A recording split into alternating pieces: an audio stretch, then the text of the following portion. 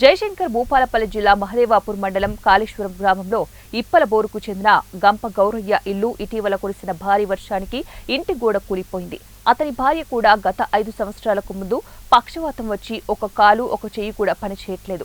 అప్పటి నుంచి ఇంటి వద్దే ఉంటోంది. ఒక ప్రమాదంలో గౌరయ్య ఎడమ చెయ్యి కూడా కోల్పోయాడు. వారి పరిస్థితి దయనీయంగా మారడంతో అప్పటి నుంచి గౌరయ్య కాళేశ్వరం టెంపుల్ వద్ద భిక్షాటన చేస్తూ అతని భార్యను పోషించుకుంటున్నాడు. ఇప్పుడు వర్షాల కారణంగా అతని ఇంటి గోడ కూలిపోవడంతో వృద్ధ దంపతులు కన్నీరు మున్నీరు కావడంతో విషయం తెలుసుకున్నటువంటి professor Jayashankar foundation chairman ఐలీ Maruti వారి ఇంటి వద్దకు వెళ్లి వారి కుటుంబాన్ని పరామర్శించి 5,000 రూపాయలు ఆర్థిక సహాయం చేశారు. ఈ కార్యక్రమానికి ఫౌండేషన్ వర్కింగ్ ప్రెసిడెంట్ సాంబరాతి పోషణ, యూత్ ఇన్ఛార్జ్ చింతకింది రాజు, నేన్నాల మల్లికార్జున్, సంతోషం పాల్గొన్నారు. జిల్లా మహదేవపూర్ మండలం కాళేశ్వరం గ్రామంలోని ఇప్పలబోరు వద్ద ఇల్లు నిరుపేద కులానికి చెందిన వారు గత 5 రోజుల నుండి కురుస్తున్న భారీ వర్షానికి ఇల్లు కూలిపోవడం జరిగింది. అదేవిధంగా ఇతని పేరు గంప గౌరయ్య.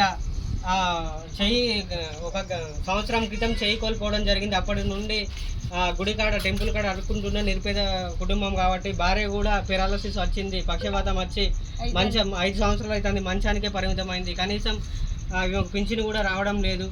ఈ ఇల్లు కూలిపోవడం వలన మేము పేపర్లో న్యూస్ చూసి మా జయశంకర్ ఫౌండేషన్ నుండి వచ్చి 5,000 రూపాయల ఆర్థిక సాయమును ఒక రైస్ బ్యాగ్ ఇవ్వడం జరిగింది.